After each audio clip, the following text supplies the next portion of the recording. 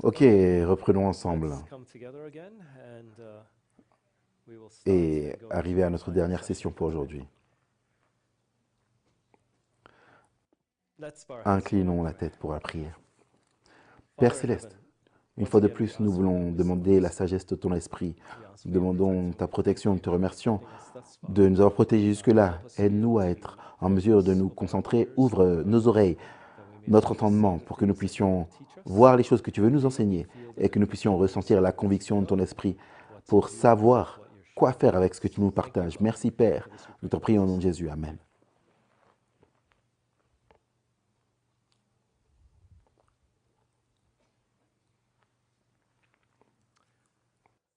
Alors, comment utiliser ces armes?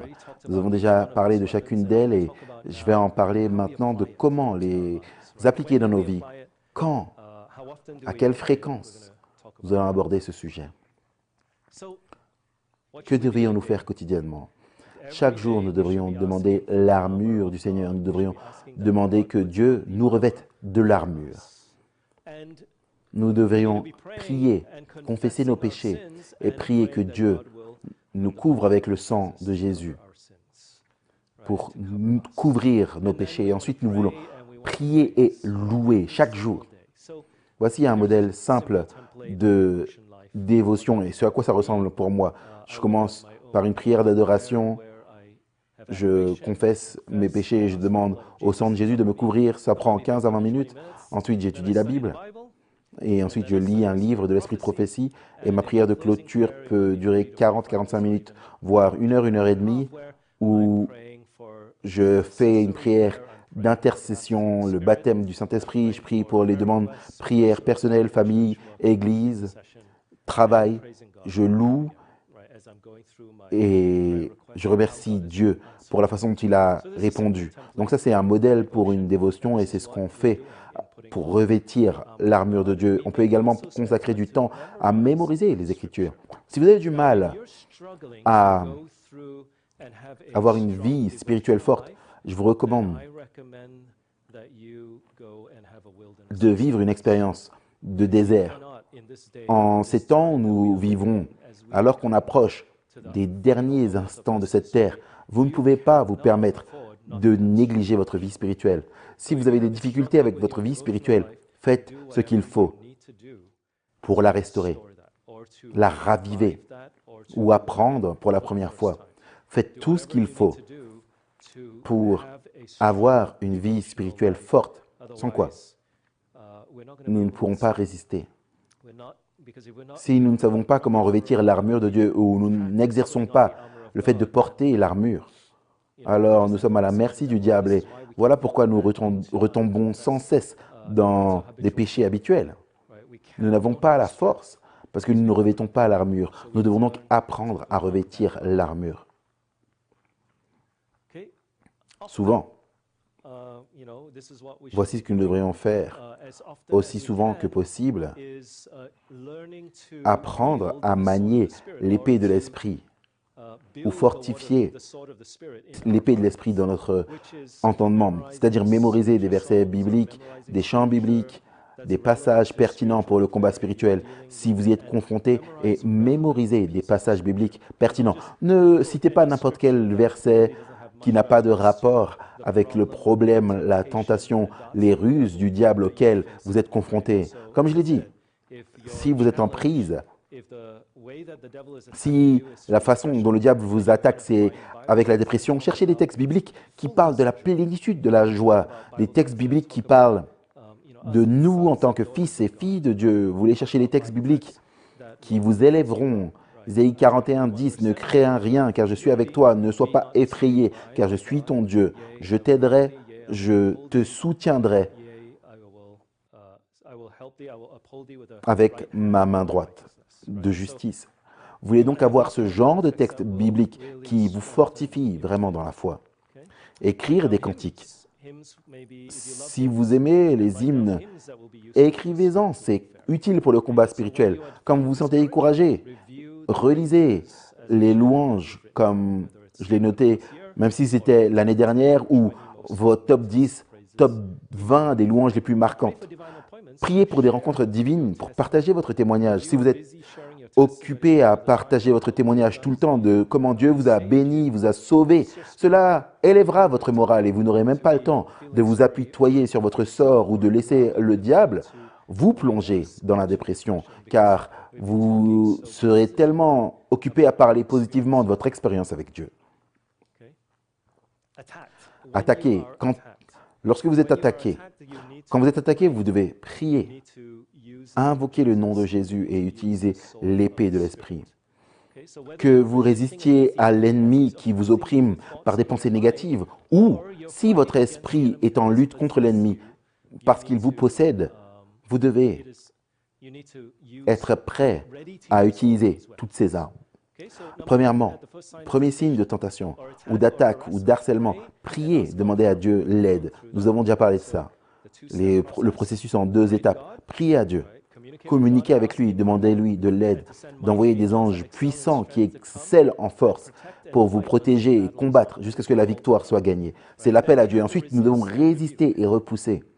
Nous devons résister et repousser le diable au nom de Jésus et lui ordonner de partir. Pardon, j'ai oublié d'écrire le nom de Jésus, mais vous pouvez dire quelque chose comme ça. S'il y a une puissance des ténèbres ou si vous savez exactement ce qu'elles sont, si le démon de la dépression vous attaque en ce moment, vous dites, démon de la dépression, je résiste aux mauvaises pensées que tu mets dans mon esprit. Je résiste aux pensées de dépression et je te repousse maintenant au nom de Jésus. Arrête, relâche ton emprise et pars. Vous devez simplement prier de cette façon et le Saint-Esprit donnera de la puissance à ces paroles et ils devront obéir au nom de Jésus. Tout genou fléchira et toute bouche confessera. Ainsi, au nom de Jésus, lorsque nous leur ordonnons, ils doivent obéir. Donc ça, c'est quand vous êtes attaqué. Nous devons prier, demander à Dieu l'aide, leur ordonner au nom de Jésus. Et nous pouvons également invoquer les textes bibliques. S'ils résistent, on peut réclamer Zacharie 3:2, que l'Éternel te réprime, Satan. Ou s'ils sèment la peur dans notre cœur, on peut réclamer 1 Jean 4:18, l'amour parfait chasse la crainte. Tu ne me feras pas craindre au nom de Jésus-Christ. Je t'ordonne, démon de la peur, de partir. Ou s'il s'agit d'anxiété, à nouveau, réclamer un texte biblique connecté à l'anxiété, l'inquiétude. Je te commande au nom de Jésus-Christ, démon de l'anxiété, de partir. Et ils cesseront. Mais une fois de plus, souvenez-vous, ils pourraient revenir, surtout au début, alors que vous apprenez à faire cela. Ils vont tester votre détermination. Et Dieu permet cela également pour nous aider à développer la résistance. Et ainsi, plus vous persévérez avec une foi grande et une intensité croissante, plus Dieu leur ordonnera de partir. OK? Comment aider les autres? Il s'agit avant tout de nous-mêmes, mais que faire si je suis confronté à une personne possédée ou victime de harcèlement? Nous avons eu des discussions, assurément avec certains d'entre vous. On a eu des discussions cette semaine, des séances d'accompagnement. Voici les étapes et le processus. La première rencontre, vous pouvez réciter une prière. Tout d'abord, demandez à chacun de prier et de confesser ses péchés individuellement avant, si vous allez dans une séance de délivrance. Chacun doit prier et demander à Dieu de lui rappeler tout péché non confessé à ce moment même. Pas de passer en revue toute sa vie. Seigneur, est-ce que c'est ceci, cela? Non, demandez simplement à Dieu par son Saint-Esprit de vous inspirer ce qu'il veut que vous puissiez confesser. Et il le fera, et vous commencerez à confesser. La deuxième chose que vous voulez faire, c'est de prier pour le Saint-Esprit, la sagesse, la protection. Voici un exemple de prière. Priez pour que le Saint-Esprit puisse contrôler toutes choses et vous donner le don du discernement divin. Par exemple, alors que je fais une séance d'accompagnement, je prie que les saints anges protègent toute personne présente et combattent toute bataille jusqu'à la victoire. Nous prions pour la liberté, la victoire pour la personne concernée. Nous prions pour la protection des familles, des personnes présentes. Nous demandons à Dieu de nous revêtir de l'armure. Nous demandons que le sang de Jésus couvre tous ceux qui sont dans la pièce. Nous demandons à Dieu de lier toute puissance des ténèbres qui rôdent et qui cherchent à interférer Nous prions pour que tout esprit mauvais, qui n'ait pas le droit d'être ici, parte. Nous prions que Dieu ferme la bouche de Satan et de ses mauvais anges qui viennent pour nous commander. Et nous prions pour être en mesure de révéler toute tromperie ou mensonge démoniaque. Et nous nous appuyons sur l'autorité que Jésus nous donne. Luc 10, 19 ou d'autres passages bibliques. Je vous donne le pouvoir de marcher sur les serpents et les scorpions et sur toute la puissance de l'ennemi. Et rien ne pourra vous nuire. Parfois, on chante des cantiques bibliques pour remplir nos cœurs de la parole de Dieu et nous fortifier avant d'aller au combat. Voilà la première étape. La deuxième étape serait l'accompagnement. Et ce que je fais, selon la personne à qui je parle, pendant la séance d'accompagnement, ça peut être préférable d'avoir une autre personne ou deux autres personnes présentes. Si je conseille une femme, je veux m'assurer qu'il y a une autre ouvrière biblique qui est avec moi au cas où elle voudrait partager quelque chose de très personnel et qu'elle voudrait uniquement partager avec d'autres femmes. Je quitte la pièce afin qu'elle puisse partager en toute intimité. On sait que parfois il y a des séances d'accompagnement qui peuvent être très privées, intimes, douloureuses. Il y a des sujets qui mettent mal à l'aise et on peut ne pas être en mesure de partager avec un homme pour des choses qui sont liées à un abus sexuel ou des choses comme ça. Donc, on réfléchit vraiment à qui inviter dans ces séances. Il faut au moins une autre personne afin qu'elle prie pour vous. On prie les uns pour les autres et qu'elle prie pour la personne concernée. Donc, 3, c'est très bien. Avant ou pendant la séance, vous voulez demander à la personne si elle ressent des douleurs à la poitrine, des maux de tête, des troubles de l'esprit, des difficultés à entendre. Ça arrive que, alors que je parle, la personne se mette soudainement à se tenir la tête parce que le démon lui comprime le crâne ou essaye d'appuyer sur ses épaules, donc ils commencent à faire des choses comme ça et ils sont perturbés. Ou, non, je ne comprends pas ce que tu dis. Et elle dit, non, j'ai un peu un brouillard dans mes pensées. Ça, c'est des ruses de l'ennemi pour empêcher la personne de comprendre ce que vous dites. Donc, en chemin, il vous faut être attentif. Et si vous les voyez commencer à faire des choses étranges, faites une pause et demandez-leur, attends, qu'est-ce qui se passe, qu'est-ce qui ne va pas? Et ils vont dire, ah, j'ai mal à la tête. Et là, vous priez, vous demandez l'aide de Dieu. Et vous savez qu'on est en pleine session de délivrance. Les démons essayent d'interférer. Seigneur, débarrasse-toi d'eux et éloigne-les de cette pièce. Et je m'adresse aux démons, au nom de Jésus-Christ. Démons qui causaient la douleur à un tel, au nom de Jésus-Christ, je vous ordonne de partir. Et immédiatement, la douleur disparaît. Alors qu'on parle, ils vont continuer à attendre leur chance, ils vont revenir. Et nous devons les repousser à plusieurs reprises. Il faut donc, vous voulez vous débarrasser d'eux dès le début. Et ensuite, vous voulez prier pour le Saint-Esprit tout au long de la séance. Il n'y a pas de méthode fixe, mais alors que vous faites l'accompagnement, vous coopérez avec le Saint-Esprit et vous demandez au Saint-Esprit de guider la conversation. Et alors qu'il parle, vous demandez au Saint-Esprit de relever ce qui pourrait être des portes ouvertes dans leur vie. Donc, demandez-leur de parler d'eux-mêmes, leur enfance, quand est-ce qu'ils ont commencé à être harcelés ou possédés, leur mariage, leur famille, leur travail, leur religion, etc. S'ils ne sont pas chrétiens, il vous faudra leur présenter que Jésus est le seul qui peut les sauver. Et s'ils sont prêts à accueillir Jésus dans leur cœur et à être ouverts à cette idée, alors on peut continuer. Mais s'ils disent, non, vous savez quoi, moi je ne crois pas en Jésus, alors vous dites, ah, je ne peux pas t'aider. Je ne peux agir qu'à travers Jésus. Il n'y a qu'avec Jésus que ça fonctionne. Je ne peux rien faire sans lui. Là, il faut les aider à comprendre comment les démons attaquent. On a parlé des attaques démoniaques dans nos pensées. Il faut les aider à comprendre que la raison pour laquelle ils ressentent tout ça, c'est parce qu'ils ont d'abord laissé les démons les attaquer dans leurs pensées.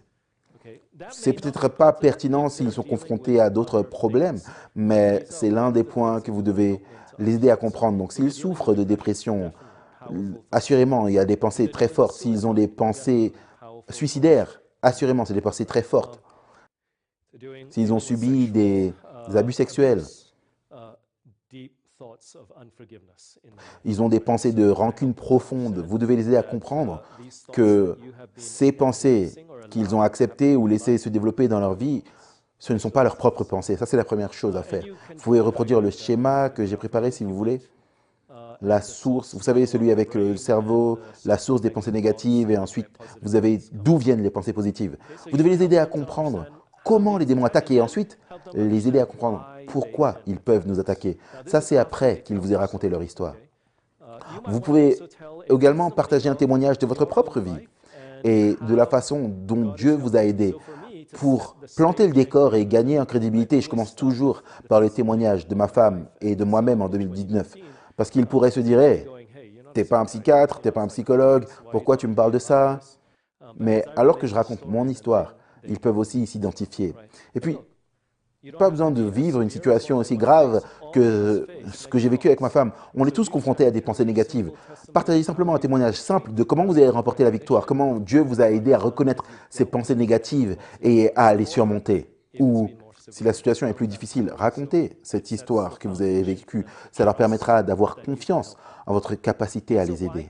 Et alors pourquoi les démons peuvent-ils nous attaquer? Les portes ouvertes. Parcourez la liste des portes ouvertes. Et parfois, alors qu'ils vous racontent leur histoire, vous n'aurez même pas besoin d'y revenir parce que le Saint-Esprit vous éclairera déjà quelles sont les portes ouvertes au fur et à mesure qu'ils racontent leur histoire. Donc c'est très fréquent. Le diable, les démons agissent selon des schémas précis. Si vous avez parlé à suffisamment de personnes, si vous avez vécu assez longtemps, vous comprendrez la manière dont ils nous attaquent tous différemment. Bien sûr, pour moi, j'ai accompagné pas mal de personnes, donc alors qu'elles partagent leur histoire, je prie que le Saint-Esprit me guide et me permette de trouver parmi les personnes que j'ai aidées ou conseillées dans le passé les similitudes avec la personne en face de moi qui partage son histoire. Ensuite, je pose des questions pour déterminer si les deux histoires correspondent. Et ça m'a souvent aidé dans mes séances. Après chaque section de porte ouverte, chaque partie de l'histoire, ou alors que vous parcourez la liste et identifiez les portes ouvertes, le manque de pardon, la colère, l'amertume, la haine, alors que vous commencez à partager avec la personne, ça c'est une porte ouverte dans ta vie. Est-ce que tu serais d'accord? Et s'ils sont d'accord, alors vous leur demandez, est-ce que tu as confessé ce péché?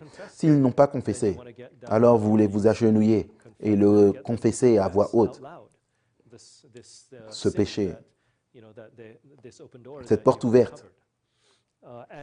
Et alors qu'ils confessent, parfois, ils confessent, mais ils n'ont jamais chassé le démon. Parfois, ils confessent sans avoir suivi toutes les étapes que le Saint-Esprit leur demande. Donc souvent, ce que j'entends, c'est j'ai été abusé, j'ai vécu des moments difficiles dans mon foyer, dans mon enfance, mais je suis arrivé à un point dans ma vie où je leur ai pardonné. Alors je leur demande, ok, comment est-ce que tu as pardonné? Ah, dans mon cœur, je leur ai pardonné. Mais je sais, parce que j'ai été d'autres personnes, simplement pardonner de votre cœur, ce n'est pas suffisant. Le processus de guérison consiste à dire à la personne qui vous a profondément blessé que vous lui pardonnez. Et selon la personne à qui je m'adresse, si elle est introvertie, alors je lui suggère d'écrire une lettre. Parce que c'est peut-être trop... Ils auraient peut-être une crise cardiaque s'ils allaient directement pour parler. Je leur suggère d'écrire une lettre. S'ils sont plus extravertis, plus sociables, avec une personnalité forte, je leur demande peut-être d'écrire et de la lire à la personne. Ou simplement d'approcher la personne, de demander au Saint-Esprit de les accompagner et de parler à la personne. Et au fur et à mesure qu'ils franchissent cette dernière étape, les démons s'en vont et le poids sera levé de leurs épaules. Donc, vous savez, souvent, on doit les guider à travers ces dernières étapes de la réconciliation. Par exemple. Yes, question. Sorry, we need the mic volume, the black one. Yes. Okay. What if the person Et si la personne qui les a abusés est morte et que vous ne pouvez donc pas aller à la personne et faire ce processus de réconciliation? Comment tourner la page? Le Seigneur vous aidera à y parvenir. Dieu sait, c'est différent pour chacun. Certaines personnes n'ont pas besoin de franchir cette dernière étape, d'autres si. Le Saint-Esprit vous inspirera tous les deux, alors que vous discutez, alors que vous priez pour eux, vous priez que le Saint-Esprit les guide vers la bonne façon de clore ce chapitre, cette porte ouverte. Ils ressentiront l'impression, alors qu'ils parlent à Dieu, ou si vous reconnaissez des schémas, le Saint-Esprit vous rappelle des choses, alors vous saurez qu'il faut leur dire qu'ils doivent franchir cette étape. Mais vraiment, dans ce cas où les gens sont déjà décédés, ils doivent simplement confesser leur mal à Jésus et demander à Jésus d'amener la guérison, même s'ils ne peuvent plus en parler à la personne. J'allais poser la même question, mais moi, j'ai fini par écrire une lettre à mon père, même s'il était déjà décédé. Et ce qui était intéressant, c'est que j'ai commencé la lettre en parlant de lui et le Saint-Esprit m'a dit, maintenant, écris ta part. Et alors que j'ai commencé à écrire ma partie des responsabilités, moi, j'ai jamais prié pour toi, papa. Je me suis jamais soucié de ce qui t'est arrivé, papa. Et ça m'a fait prendre conscience de tout ce que j'aurais pu faire pendant toutes ces années où il était en vie. Et cette opportunité m'avait échappé. Et donc, j'étais maintenant tout aussi coupable que lui. Mais avant d'écrire la lettre, ça ne m'aurait jamais traversé l'esprit. Amen. Gloire à Dieu. Merci d'avoir partagé ça. Quelqu'un d'autre a une question? Oui.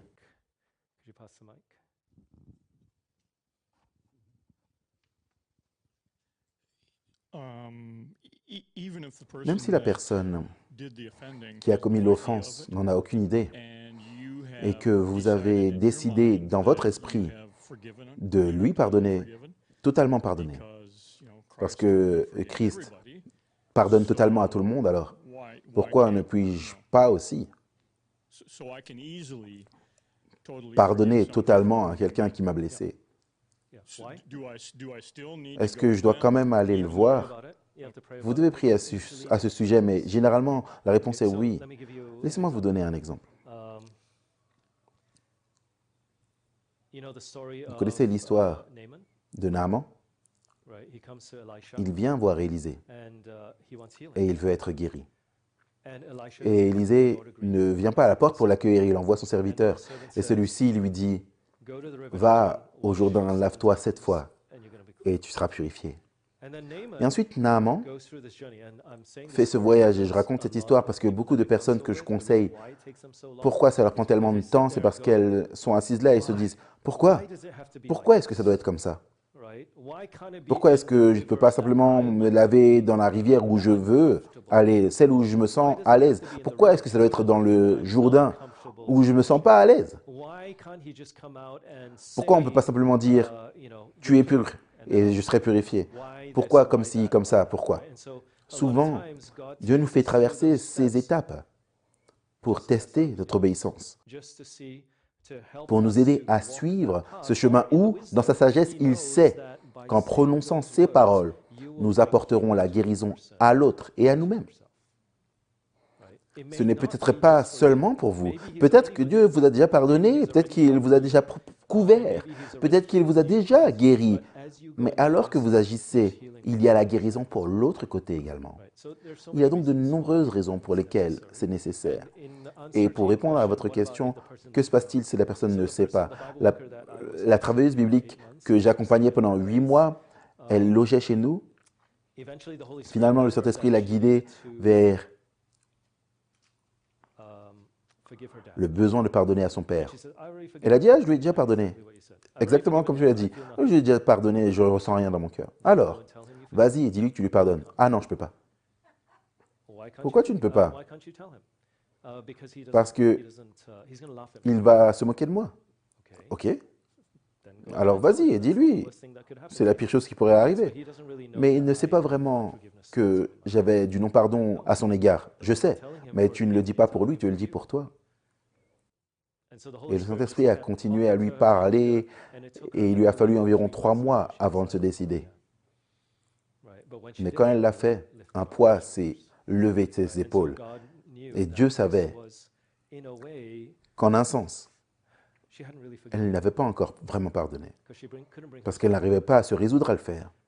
Une autre histoire, vous vous souvenez, cette jeune fille qui souffrait terriblement à la poitrine à cause de l'avortement qu'elle avait fait. La dernière étape de son repentir, c'était de monter sur la chaire et de partager son témoignage. Et elle a résisté à cela pendant 1 an. Je l'avais programmée et elle me demandait de reporter, de reporter, de reporter.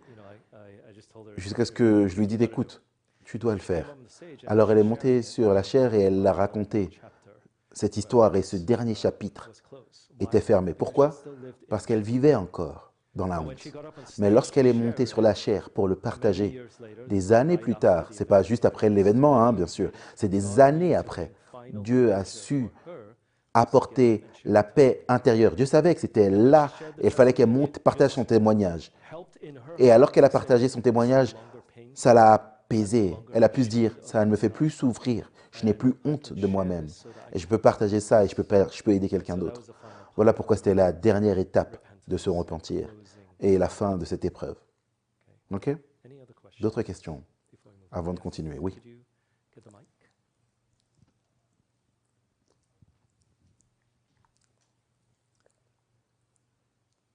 There's a part to telling your Il y a une story partie dans le fait de raconter son histoire that I que j'ai found in constatée my dans ma own propre life. vie. As Et I en la share it, partageant et and en as la I racontant, told it, j'ai I 2 have frères, two older brothers, two older sisters, 2 two sœurs younger aînées, brothers, 2 frères cadets, and they could et ils never n'ont jamais share. pu partager leur histoire. They Ils lived in vivaient dans le silence silence in secrecy. et ils y They vivent still encore. do. Et ils They're sont still in toujours bondage. prisonniers, They're still toujours trapped liés dans la in colère, anger la and frustration. frustration. But as you tell Mais your alors que tu story, racontes ton it histoire, takes cela and infuses bloque Satan. Satan. Il ne peut He can plus no longer te live garder in dans la honte, le secretness secret, and in le silence. silence. And it Et frees you ça to te where, libère. you know, the La anger colère is a gone, disparu, oui. yes. La honte a Shame is disparu. gone, but Mais il ne he peut can't plus come back revenir vers at toi. you. Il n'y a There's plus no more aucun way that he can moyen come in. pour qu'il puisse t'atteindre. Amen. Merci. Merci d'avoir partagé. We have a Rapidement, question une from petite an question online watcher. de quelqu'un qui est en ligne. And it says, what Qu'en est-il about des people personnes qui ont who've été been abused and abusées it's not et safe for où them la to situation est speak to that dangereuse pour eux person? de parler à leur agresseur? Oui, il faut prier à ce sujet. Le Saint-Esprit sait exactement ce qu'il faut faire. Si ce n'est pas sûr, je crois que le Saint-Esprit ne va pas vous inciter à le faire. Mais si la situation est sûre, regardez, je ne minimise pas la chose, mais c'est peut-être possible que les démons vous fassent croire que la situation n'est pas sûre et que ce n'est pas prudent d'y aller. Mais le Saint-Esprit vous dit aussi et vous répondez non, c'est pas sûr. Vous devez prier, demander le discernement afin de comprendre ce que le Saint-Esprit essaye de vous dire. Et assurément, Dieu ne veut pas nous mettre dans un danger. Mais s'il nous demande de le faire, il nous protégera également. Donc, c'est difficile pour moi de répondre à cette question. Seul Dieu peut y répondre en fonction de la situation de chacun, au fond.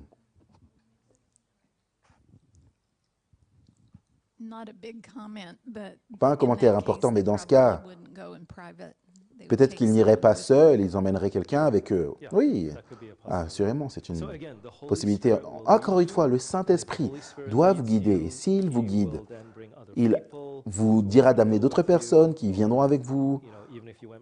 Même si vous allez seul, souvenez-vous, nous sommes protégés par les anges du ciel. Et si Dieu vous demande d'y aller, il vous protégera.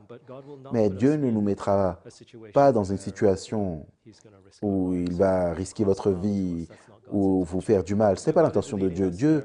Si Dieu nous y conduit, il créera la bonne situation et également la protection. Les expressions sont importantes. Qu'en est-il de Zoom ou de technologie, voir le visage de l'autre personne? Peu importe ce que l'Esprit met sur votre cœur, que ce soit d'utiliser Zoom, WhatsApp, FaceTime, rencontre en personne, face à face, le Saint-Esprit va vous guider. Mais gardez à l'esprit que ce que j'essaye de dire, c'est que parfois, Ce n'est pas suffisant pour nous simplement de dire « Oui, j'ai pardonné dans mon cœur ou dans mon esprit ». Parfois, ça ne suffit pas, il faut aller encore plus loin. Et souvent, j'ai vu Dieu guider les personnes dans cette démarche. OK? Allez, revenons à notre sujet. L'étape suivante consiste à les guider, comme j'ai dit, dans la confession, la soumission et enfin le fait de réprimander le démon qui s'est introduit suite à ces portes ouvertes. Ça devient évident à la personne et à vous-même alors que vous écoutez de savoir c'est quoi les portes ouvertes. Le Saint-Esprit continuera d'illuminer votre entendement pour identifier ces portes. Et peut-être qu'il faut faire des pauses à un moment ou interrompre la séance, prendre des notes, ensuite revenir sur les différentes portes ouvertes et leur dire qu'il faut fermer ces portes. Et pour les fermer, il faut confesser. Ensuite, les guider dans la prière de confession, mais ils doivent la faire eux-mêmes et la dire à haute voix. Les démons doivent entendre cette confession, afin que lorsque nous les réprimandons et les chassons, ils sachent pourquoi ils partent, que la porte est fermée. Oui, vous pouvez dire les mots et ils répètent. Il y a des fois où j'ai des gens qui ne sont pas chrétiens, je les guide dans une prière et dans la sincérité de leur cœur pour qu'ils confessent. Mais ils ne savent pas comment faire, donc je les guide dans la prière. Je dis les mots et ils répètent. Donc Dieu lit les cœurs. C'est l'intention derrière la prière, pas les paroles en elles-mêmes. Voici quelques exemples de prières que nous pourrions faire. Et après avoir prié,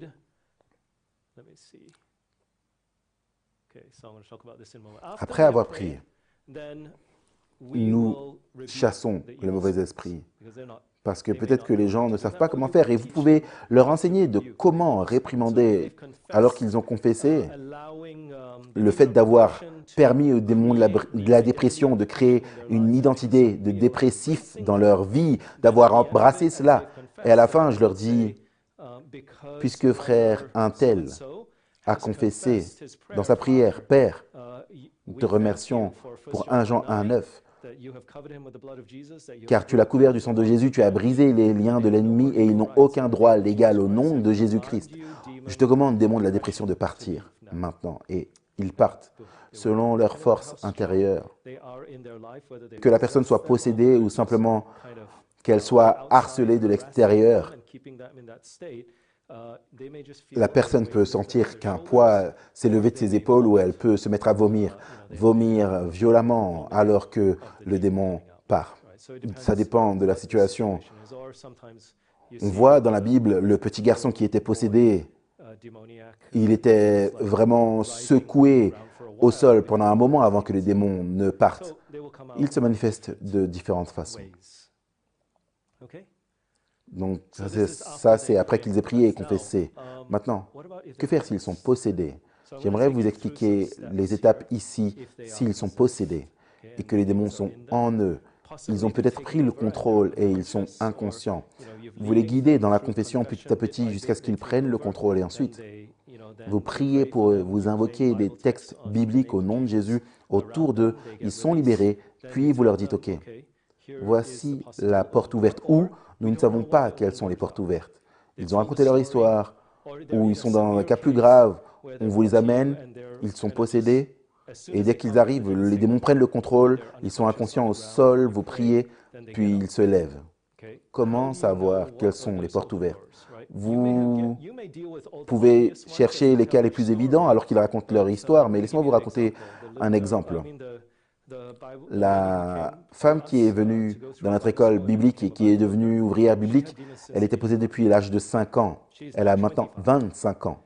Donc, pendant plus de 20 ans dans sa vie, de très nombreux démons sont rentrés. Donc, il nous a fallu plusieurs années pour que le Saint-Esprit nous guide vers la nature de ces démons. Et on sait qu'ils sont venus ou se sont manifestés ou qu'ils ont pris le contrôle lorsqu'elle se réveille le matin et qu'elle est toute convulsée, tordue, tout son corps est dans des positions bizarres. Ou bien elle fait des cauchemars où il l'attaque et tout cela. Donc elle sait quand ils reviennent. Donc quand ils reviennent, On a déjà éliminé un tas de démons, donc lesquels sont encore en train de passer par des portes ouvertes. Et c'est probablement la situation qu'on va devoir gérer ici. Alors on prie. On dit, Père Céleste, au nom de Jésus, nous approchons avec assurance du trône de la grâce pour obtenir de la grâce et de la miséricorde au moment difficile. Père, je te demande d'envoyer toutes les ressources du ciel pour tel et tel. Pour, à cet instant présent, un tel, et nous tous donnons à ton Saint-Esprit et à tes anges puissants la permission de repousser le démon principal ou tout démon qui est encore là et qui ouvre ses portes. Et tu sais qu'on doit les fermer maintenant. Au nom de Jésus, on te demande et on te remercie que Jésus est venu pour libérer les captifs. Nous réclamons la puissance maintenant au nom de Jésus-Christ. Donc, ce que nous faisons ici, c'est que nous demandons au Saint-Esprit de révéler à la personne quel est ce démon qui continue de rester par la porte ouverte. Et alors, le Saint-Esprit leur donne l'impression. Et généralement, il y a un démon principal, un dominant qui amène tous les autres. Si vous vous débarrassez de celui-là, tous les autres partent. Si le démon principal est en la personne, c'est le manque de pardon, ils attireront le démon de la haine, de la colère, de la maladie, de ceci, de cela. Donc, il y aura une multitude de différents démons. Vous ne voulez pas tous les nommer, vous voulez simplement connaître celui qui est le principal et qui permet à tous les autres d'être là. On demande donc au Saint-Esprit. Avant, on ordonnait aux démons de se manifester un peu à la manière des pentecôtistes et de donner leur nom. Ça causait des problèmes, ils mentaient et ils vous emmenaient dans toutes sortes d'ennuis. Mais maintenant, on a appris par l'expérience et l'accompagnement qu'il vaut mieux coopérer avec le Saint-Esprit. Donc on demande au Saint-Esprit d'inspirer à la personne qu'on aide. Seigneur, révèle-lui quel est le démon principal, quelle est la porte ouverte. Et le Saint-Esprit va révéler. Malheureusement, parfois, les démons prennent le contrôle parce qu'ils ne veulent pas que le Saint-Esprit avertisse la personne. Donc la personne s'effondre, se met à convulser, elle crie, elle devient agressive. Et alors il faut prier et invoquer les versets bibliques et ordonner aux démons d'arrêter et de permettre à la personne de reprendre conscience. Donc ça peut être un long travail parce que les démons tentent de vous empêcher de connaître le problème. Donc vous faites cette prière. Ensuite, une fois que l'impression est donnée à la personne, le Saint-Esprit lui révèle quel est ce démon, alors vous faites cette prière au nom de Jésus-Christ, que chaque démon soit lié maintenant et recule. Vous ne pouvez plus parler, vos subordonnés ne peuvent plus venir au premier plan, sauf le démon principal. Vous pouvez dire ce démon qui maintient tout le monde en place et qui mène le reste du groupe. Le démon qui nous a été révélé par la puissance du Saint-Esprit. Je prie et je demande à Dieu par son Saint-Esprit de parler et de révéler le nom exact de ce démon à la personne concernée, au frère ou à la sœur untel. Le Saint-Esprit est celui qui nous guide et nous explique pourquoi et qui est celui qui les maintient dans l'esclavage. Alors le nom viendra. Par la puissance, l'autorité et le sang de Jésus-Christ, il t'est ordonné de t'avancer et de révéler si tu es présent. Et le Saint-Esprit sera celui qui va toucher la personne. Donc on ne communique pas avec les démons. On demande au Saint-Esprit de percer le brouillard et de révéler ce qui se passe. Quel est le démon qui opprime cette personne? Ça, c'est si vous ne savez pas. Si vous avez entendu toute l'histoire, vous avez chassé déjà des démons, la personne a confessé, et là, vous devez faire confiance que le Saint-Esprit éclaire la situation, l'esprit de la personne, qu'il faut se débarrasser de ces démons-là, et à la fin, ils reviennent encore. Ce qui signifie qu'il y a quelque chose d'autre qui ouvre la porte pour tous les autres. Et tant qu'on ne se débarrasse pas du chef, du démon principal, il continuera à garder les portes ouvertes pour que tout le monde revienne. Et c'est ce qui s'est passé pour la fille qu'on essayait d'aider. Chaque fois qu'on chassait des démons pendant le week-end, dès qu'on arrivait à mardi ou mercredi, ils étaient tous de retour.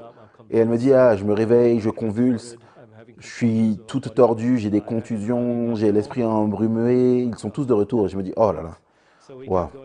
On était dans le cycle pendant plusieurs mois, jusqu'à ce que le Seigneur nous guide Et il nous révèle qu'il y a un démon qui permet aux autres de revenir. Et c'est le démon qu'il faut affronter. Les autres, dans le passé, on s'en est débarrassé, elle les a confessés, mais il reste encore d'autres démons. Généralement, ce n'est pas le cas pour la plupart des gens, mais comme je l'ai dit, entre l'âge de 5 à 25 ans, beaucoup de démons étaient entrés en elle. Et elle a fait beaucoup de choses qui ont ouvert des portes pour permettre à encore plus de démons de rentrer. Ça, c'est un cas extrême où on ne sait pas. Et ce n'est pas évident, mais pour la plupart d'entre nous, c'est un ou deux qui sont flagrants dans nos vies. Il faut juste s'en débarrasser et tous les autres vont partir. Une question. Avec les démons qui reviennent, disons que c'est un démon de l'alcool. Oui, ils ont confessé, ils ont bu de l'alcool, mais à moins qu'ils ne se repentent et ne s'en détournent et n'arrêtent de boire.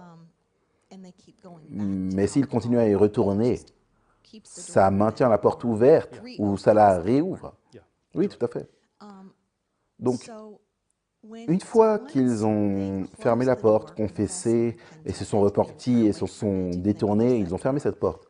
Est-ce que c'est possible d'invoquer le sang de Jésus pour sceller cette porte et qu'elle ne soit jamais ouverte? Vous pouvez, mais les démons n'écouteront pas ça. Ils vont toujours revenir pour tenter. Donc, la personne doit encore s'occuper de la maison vide. Ils doivent demander le Saint-Esprit. On va y arriver dans un instant. Comment s'assurer qu'ils ne reviennent plus jamais? Cela dépend de si la personne continue sur la voie du renouveau spirituel ou si elle dit « Ah, alléluia, le démon de l'alcool est parti et donc je peux me relaxer, me détendre sur le canapé et regarder la télé. » Non, le démon va revenir. Ou bien non, je ne vais pas changer mes amis, j'aime mes amis, mes meilleurs amis sont dans le monde. J'ai arrêté l'alcool, mais j'ai toujours envie de voir mes amis au bar. Alors bien sûr, ça ne sera pas possible, mais il y a un grand nettoyage à faire dans la vie de la personne après le départ de ces démons. Il faut s'engager à le faire, sans quoi ils reviendront d'ici le milieu de la semaine prochaine. Ma question,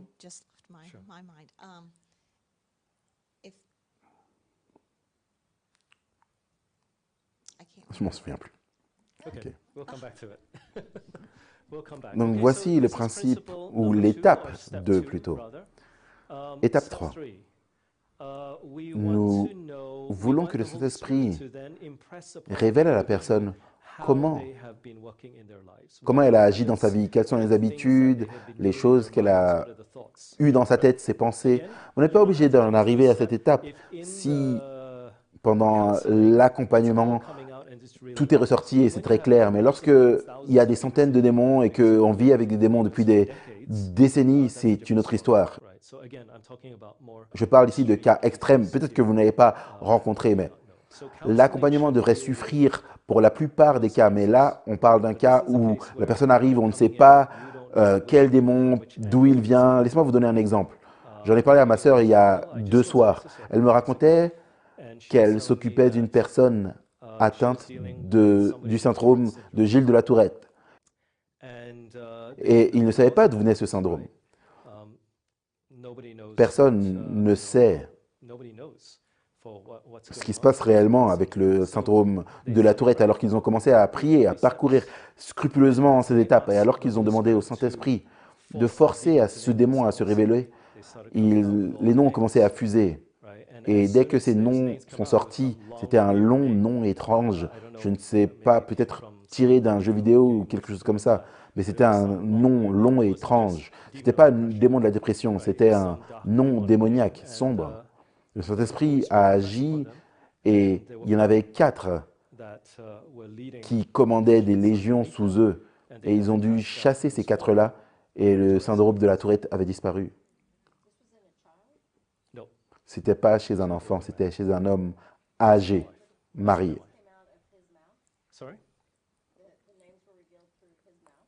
Non, la personne a eu la conviction dans son esprit. Le Saint-Esprit ne nous parle pas de façon audible généralement, mais c'est une impression qu'on a sur le cœur et c'est sorti alors qu'on priait. Alors, pour quelque chose comme le syndrome de la Tourette, c'est quoi la cause? Je ne sais pas, mais ça aurait pu être quelque chose que la personne a regardé, un jeu auquel elle a joué, des jeux de rôle assez démoniaques de nos jours, et ça a ouvert une porte et les démons sont entrés. Mais ce n'est peut-être pas évident pour eux alors que vous faites la séance d'accompagnement. Ça, c'est un cas extrême.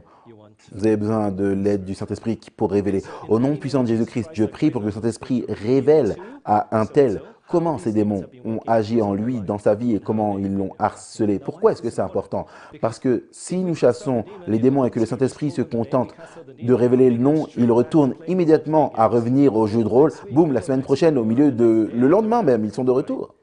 Il faut donc que le Saint-Esprit fasse comprendre à la personne comment le démon a eu accès à sa vie et quels sont les environnements ou les lieux où ils sont été qui leur ont permis de rentrer. Parfois, le Saint-Esprit choisit de ne pas tout révéler, mais souvent, il exauce cette prière. Ce n'est pas essentiel pour chasser les démons parce qu'il nous faut simplement savoir la porte ouverte. On n'a pas nécessairement besoin de savoir comment les démons ont agi dans la vie de la personne, comment ils sont entrés. Il faut simplement connaître la porte ouverte ou légale. Mais ça nous aide dans de nombreux cas pour les personnes qui ignorent les lieux qu'ils fréquentaient, les choses qu'ils faisaient, qui ouvraient des portes aux démons, surtout dans l'occultisme. Prochaine étape. Par la puissance et le sang de Jésus-Christ, je prie pour que le Saint-Esprit révèle à un telle personne quel est le droit légal de ce démon qui la possède et comment il est entré en elle et quel est son droit légal pour posséder telle personne. Maintenant, on veut connaître la porte ouverte spécifique et le droit légal précis. C'est interchangeable. Un droit légal, c'est une porte ouverte pour un démon d'être là. On parle au Saint-Esprit, on ne parle pas au démon. On demande au Saint-Esprit de révéler toutes les tromperies de l'ennemi, tous leurs noms, toutes les choses qu'il nous faut chasser. Le Saint-Esprit inspirera cette personne. On revient donc à la personne atteinte du syndrome de la Tourette. Quel est le droit légal? Nous avons dû prier chacun son tour, ou bien plutôt ma sœur, elle et son équipe, eux ont dû prier chacun leur tour en Australie pour connaître les droits légaux et ils ont demandé au Saint-Esprit de révéler. Et ça a été révélé. Après cela, alors que le Saint-Esprit révèle cette image à la personne, elle doit confesser. Et vous lui demandez de se repentir, de confesser ses péchés, de renoncer à toute malédiction, de briser. Parfois, il peut y avoir dans leur vie, en tant que sorcière, qu'il y ait une autre sorcière qui les ait maudits. Ou peut-être qu'ils ont séjourné à l'hôpital. Lorsque je m'occupais de la jeune fille qui était possédée depuis l'âge de 5 ans et qu'on procédait à l'exorcisme, il s'est avéré que l'un des moyens par lesquels un des démons est entré, c'est que lorsqu'elle était à l'hôpital, des satanistes travaillaient là et lui jetaient des sorts, la ciblant. Si vous lisez un des livres d'une ancienne sataniste, Rebecca Brown, elle explique que les hôpitaux sont le terrain de chasse des satanistes. Et des satanistes y sont pour accélérer la mort des gens qui sont là, afin qu'ils ne puissent jamais accepter Jésus avant de mourir. Leur seul but est de s'assurer qu'ils meurent le plus vite possible. Les satanistes sont également présents dans les hôpitaux pour s'assurer que les bébés sont possédés. Ils sont là pour s'assurer que les personnes les plus vulnérables, au point le plus vulnérable dans leur vie, mentalement ou physiquement, qu'elles soient possédées par des démons. Donc les satanistes aiment être dans les hôpitaux. Et pour cette fille, certains de ces démons, elle les a reçus alors qu'elle était à l'hôpital et des satanistes lui ont jeté des sorts. Donc il faut prier, confesser, péchés, droits légaux, se repentir, demander pardon, prier pour que Dieu aide la personne à pardonner aux autres ou demander le pardon des autres. On demande à Dieu de briser toute incantation démonique, tout sort, sorcellerie, vaudou, toute malédiction familiale, lien, attache, connecté à des droits légaux, et cela au nom de Jésus. Et alors que la personne confesse, on demande à Dieu, après qu'elle ait confessé, Père, alors qu'elle a confessé, s'il te plaît, romps tout pacte, tout droit légal que les démons ont et tout ce qui se rapporte à cela. S'il y a un démon dominant, alors qu'on brise tout cela, on demande à Dieu de briser tout autre droit, tout autre démon en dessous, et alors qu'un seul part, les autres disparaissent. OK? Question rapide, oui. Concernant l'hôpital, qu'en est-il des praticiens? Je ne sais pas. Ça c'est juste venu de la délivrance que j'ai faite, mais également de l'ancienne sataniste qui a écrit ce livre et a partagé son expérience. Donc, ça pourrait être les médecins, ça pourrait être les infirmiers, ça pourrait être quelqu'un qui travaille là-bas. Elle travaillait à Chicago, je crois, dans un hôpital précis, et c'était une médecin chrétien. C'était la seule médecin chrétienne de l'hôpital, et littéralement, 80% de l'hôpital étaient des satanistes. Donc, c'était vraiment un terreau pour eux. C'est Rebecca Brown. Elle n'est pas adventiste, hein? Donc, ce n'est pas tout ce qu'elle dit qui est forcément doctrinalement correct, mais son expérience est néanmoins précieuse pour ceux d'entre nous qui ont participé au combat spirituel. Donc, l'expérience de la sorcière, l'ancienne sorcière, qui s'est échappée de la sorcellerie et de l'église de Satan, est une expérience précieuse qui nous a permis de mieux comprendre, et notamment m'a permis de comprendre des choses pour cette fille qui était possédée depuis l'âge de 5 ans. Juste une question, est-ce que vous pourriez m'expliquer un peu plus clairement la notion de droit légal? Et comment ces droits légaux, comment comprendre ça? Les droits légaux, c'est la même chose que les portes ouvertes. Quand j'ouvre une porte, je donne le droit au démon d'entrer dans ma vie et d'avoir un droit légal de m'harceler, de m'opprimer ou de me posséder. Oppression, bon, pas tant que ça, parce qu'on est tous confrontés à l'oppression, mais plutôt le harcèlement et la possession. Donc, c'est simplement une porte ouverte. Lorsqu'ils entrent, ils disent qu'ils ont le droit d'être là. Prenons un exemple. Quand Moïse est mort, Jésus est venu pour prendre le corps de Moïse. Satan s'est tenu là, il a déclaré « il à moi ». Et il revendiquait le droit légal sur lui. Mais Jésus l'a réprimandé et il a dit « non, tu n'as aucun droit légal, écarte-toi ». Et ensuite, il a amené Moïse au ciel. Donc, le diable et les démons aiment jouer avec les droits légaux et les portes qu'on a ouvertes. Deux choses. Premièrement, le livre s'intitule « Il est venu pour libérer les captifs ». Rebecca Brown. Je vous recommande à lire chapitre 1 à 13. 1 à 12, c'est l'expérience de vie. Le chapitre 13, c'est plus technique. Pourquoi on est possédé, à quel droit on est possédé. Et 14 et suivants, ne lisez pas, c'est doctrinalement incorrect. Donc la question c'est, qu'est-ce qui se passe si vous ne savez pas que vous êtes la personne concernée, vous ne savez pas si vous avez des malédictions familiales héréditaires, vous ne connaissez pas le passé. Parce que je connais certaines des histoires dont vous avez parlé, comme le fait que la grand-mère avait fait des choses, mais que se passe-t-il si vous n'en avez absolument aucune idée qui a eu ça? Voici comment procéder. Vous demandez au Saint-Esprit de vous donner la sagesse. Le Saint-Esprit vous donnera la sagesse qui dépasse ce qu'on pourrait découvrir du témoignage. Et idéalement, c'est à travers leur histoire qu'on pourrait voir. Mais il y a plusieurs cas. Donc, maintenant, concernant le fait de chasser les démons, on sait qui est le démon, on sait quel est le droit légal, et maintenant on prie au nom de Jésus-Christ. Je te résiste et je te repousse maintenant au nom de Jésus. Je te commande par la puissance et l'autorité et le sang de Jésus-Christ de quitter maintenant. Tu ne me harcèleras plus. Je te rejette aujourd'hui.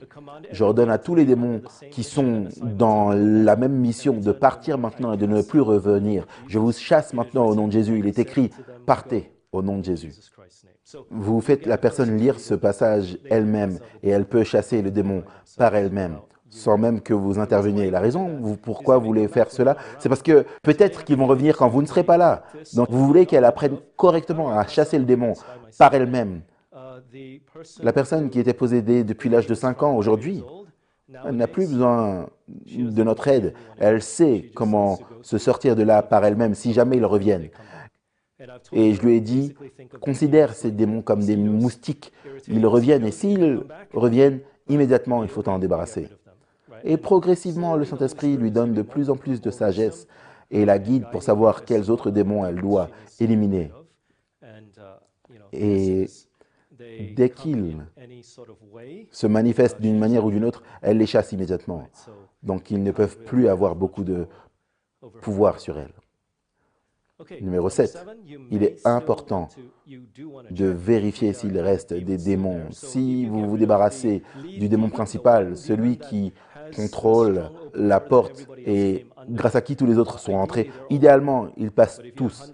Mais si vous en avez des centaines, après 20, 25 ans de vie avec l'ennemi, il vous faut vérifier s'il reste quelque chose. Demandez au Saint-Esprit de révéler si tous les démons sont liés et vous demandez au Saint-Esprit de révéler à la personne si le démon ou d'autres démons sont encore présents au nom de Jésus. Donc, encore une fois, le Saint-Esprit révélera cela à la personne. Nous avons donc traité du fait de chasser les démons. L'étape suivante après cela, c'est la manifestation des démons au milieu de votre délivrance. Vous avez découvert, le Saint-Esprit leur a révélé qui est le démon, quel est son droit légal. Et maintenant, vous êtes sur le point de vous en débarrasser et soudainement, le démon prend le contrôle. Qu'est-ce que vous faites? Et ils vont faire tout leur possible, tout le long du processus pour prendre le contrôle, surtout si c'est les cas les plus graves. À ce moment-là, vous devez prier et demander à Dieu de réprimander le mauvais esprit et leur ordonner de se retirer et de relâcher leur emprise. Vous pourriez dire quelque chose comme ça: Père, tu es le roi des rois et des seigneurs, tu es le Dieu créateur et ces démons doivent t'obéir. S'il te plaît, interviens pour un tel et un tel. Ordonne à ces démons de reculer. Et ensuite, au nom de Jésus-Christ, je vous ordonne de reculer maintenant et de relâcher votre emprise. Laissez cette personne parler si elle était inconsciente. Généralement, ils résisteront et vous devriez continuer à prier et à vous appuyer sur des versets bibliques. Donc, la liste des versets bibliques, c'est celle que j'ai donnée au nom de Jésus. Suivez ces versets bibliques. Louez Jésus pour qui il est. Appropriez-vous ces versets et finalement, ils lâcheront leur emprise. Parfois, ils résistent. Voici une autre chose que je dois mentionner. Au début, quand j'ai commencé la délivrance, je pensais que c'était une super idée de faire venir tous les ouvriers bibliques pour nous accompagner dans la délivrance. C'était une erreur, car on ne sait pas lequel d'entre eux vit une vie de dévotion, lequel a une relation vivante avec Jésus et lesquels ont confessé leurs péchés. Donc si vous réunissez trop de monde dans la séance de délivrance ou la séance d'accompagnement, ça va durer beaucoup plus longtemps parce qu'il y a un maillon faible, des maillons faibles dans le groupe. Vous voulez simplement, idéalement, amener 2 ou 3 personnes. Assurez-vous qu'elles aient une relation solide avec Jésus et qu'elles aient confessé leurs péchés juste avant d'entrer. Ce n'est pas une question de dire on va passer 10 jours à confesser nos péchés. Ce n'est pas nécessaire de faire ça. Dieu nous pardonnera immédiatement si nous confessons nos péchés, mais c'est important qu'elles aient une relation vivante avec Jésus. Souvent, une personne ne comprend pas pleinement ce que ça signifie, la soumission ou la puissance du nom de Jésus ou le fait que Jésus soit Dieu. Il faut peut-être leur expliquer plus en détail, surtout si elles ne sont pas chrétiennes. Vous avez donc affaire à un bouddhiste, à un hindou, à un musulman. Et ils aspirent à la liberté. Vous devez peut-être passer un peu plus de temps à leur expliquer qui est Jésus.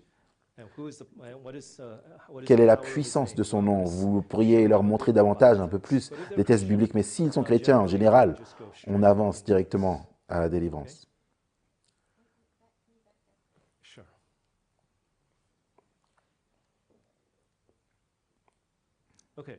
Après la délivrance, nous devons rappeler à la personne de purifier sa maison, sa vie, veiller à ne pas retomber dans les péchés qui ont créé la porte ouverte pour les démons. Elle doit prier quotidiennement pour le baptême du Saint-Esprit et pour le réveil, la réforme, et puis pratiquer toutes les armes que Dieu lui a données pour le combat spirituel. Souvenez-vous de l'histoire de la maison vide. C'est essentiel de remplir son cœur du Saint-Esprit. Elle doit se souvenir de développer une vie spirituelle forte et de marcher étroitement avec Jésus et de savoir comment repousser continuellement les mauvais esprits. Concernant cette femme qui était possédée depuis l'âge de 5 ans, je reviens souvent à son histoire parce que c'était le cas le plus intense que nous ayons traité ces 5 dernières années. De petits détails peuvent ouvrir des plus grandes brèches, car elle était possédée par tellement de démons que la moindre petite faille peut ouvrir la porte. Et donc, elle devait être très, très vigilante envers elle-même. Parfois, il lui faisait de passer du temps sur YouTube et de regarder des films. Et si elle est tentée de faire ça et qu'elle y succombe, paf, il revenait un entre 10, 100. Voilà pourquoi elle devait vraiment renforcer sa marche avec le Seigneur. Et à cause des abus sexuels qu'elle a subis, sa confiance dans le Père est détruite. Et donc, sur ce long chemin pour construire l'image de Dieu dans son esprit, et c'est ce dont je parlerai demain, le rôle des pères et comment le diable utilise les pères brisés pour nuire à leurs enfants. Lorsque les pères, en particulier, sont à l'origine des dommages, cela détruit la perception que l'enfant a de Dieu, parce que son père terrestre est le représentant de Dieu. Et ainsi, lorsque le père terrestre est impliqué dans les abus, plus que la mère a aussi son rôle. Généralement, la mère abuse le père. Mais la mère a également son rôle dans l'abus envers les enfants, mais les enfants grandissent avec une image de Dieu détruite et dans les cas les plus graves comme les abus sexuels, ils ne peuvent tout simplement pas faire confiance au père. C'est très difficile. Ils ne peuvent pas faire confiance à une figure masculine. Donc ce que le diable réussit à faire par l'intermédiaire du père ou tout autre agresseur masculin, c'est de détruire la capacité de l'enfant alors qu'il grandit à faire confiance à Dieu le Père. Donc c'est un long processus, parfois très long, processus de guérison pour accepter l'amour de Dieu le Père et pour qu'il puisse faire confiance à Dieu le Père. Et c'est un danger auquel nous sommes confrontés et c'est ainsi que il y a des problèmes familiaux ou des problèmes conjugaux qui sont liés au combat spirituel. Et je vous en dirai un peu plus demain. Donc, ça, c'est différentes citations qui parlent de la nécessité de remplir nos cœurs du Saint-Esprit, afin que lorsque les démons reviennent dans la maison vide, ils n'en amènent pas 7 autres, pire que lui. On a déjà abordé ce sujet.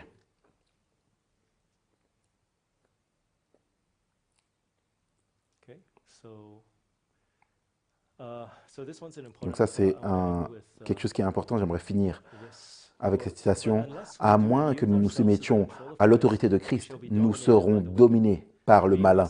Nous serons inévitablement sous le contrôle de l'une ou de l'autre des grandes puissances qui se disputent pour la suprématie du monde. Donc, nous y voici. Certains d'entre vous ont demandé, est-ce que ça pourrait être mes pensées négatives? Eh bien non. Ellen White dit, soit nous sommes sous le contrôle de l'un ou de l'autre. C'est soit Dieu qui met ses pensées en nous, avec notre permission et nos efforts, soit c'est le diable qui met ses pensées en nous. Les pensées qui nous traversent sont guidées par les deux puissances de ce monde. Mais nous avons le choix avec Dieu. Le diable ne nous laisse pas le choix. Il ne nous faut pas manquer de nous allier au royaume de la lumière. Si nous ne coopérons pas avec les forces célestes, Satan s'emparera de notre cœur et en fera sa demeure. La seule défense contre le mal, c'est la présence de Christ dans le cœur par la foi en sa justice. À moins d'être profondément liés à Dieu, nous ne pourrons jamais résister aux effets néfastes de l'amour-propre, de la complaisance envers soi-même et la tentation de péché ou de pensée négative. Nous pouvons nous défaire de certaines habitudes pendant le temps où nous nous séparons de Satan, mais sans une relation vivante avec Dieu, sans passer du temps chaque jour en présence de Jésus, sans avoir la parole de Dieu dans nos cœurs, nous serons vaincus. Sans une connaissance personnelle de Christ et une communion continue, nous sommes à la merci de l'ennemi et finirons par faire sa volonté. Ok? Donc c'est comme ça qu'ils peuvent revenir. La manifestation la plus courante du péché contre le Saint-Esprit est de mépriser constamment l'invitation du ciel à la repentance. Ainsi, lorsque Dieu convainc nos cœurs de ce dont nous devons nous repentir, si Dieu vous convainc des choses que vous devez régler, agissez rapidement.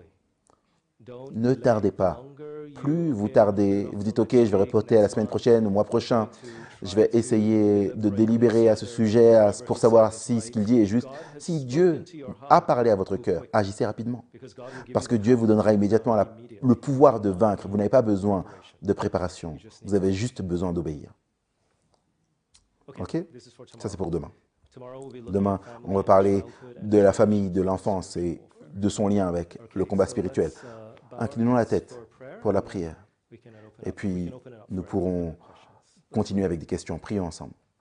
Père Céleste, je te remercie de nous avoir conduits ce soir. Père, je te prie que tu puisses nous aider à savoir comment aider les autres.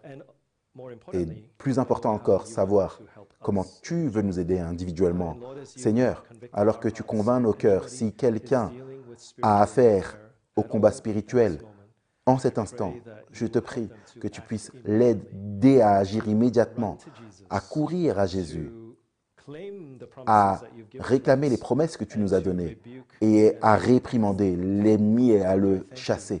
Je te remercie, Père, parce que tu nous as donné l'autorité, la puissance au nom de Jésus et tu veux le faire immédiatement pour nous. Il n'y a pas besoin d'attendre. Il n'y a pas besoin d'être meilleur, parfait ou quoi que ce soit d'autre. Nous pouvons venir à Jésus maintenant. Merci pour cela, Père. Et je prie que ton Saint-Esprit puisse continuer à demeurer dans nos cœurs et que tu puisses nous garder fidèles alors qu'on quitte cet endroit. Aide-nous, Seigneur, à continuer à passer du temps dans la présence de Jésus. Et Père, je te prie pour que dans l'avenir, tu puisses amener des gens qui sont dans le besoin.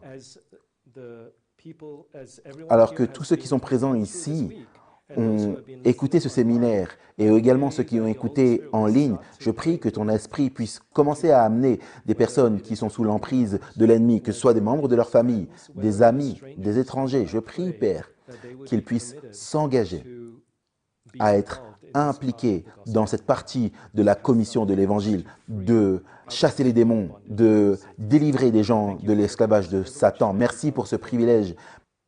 Merci pour ces armes du combat que tu nous as données. Et protège-nous par ta présence. Nous t'en prions au nom de Jésus. Amen.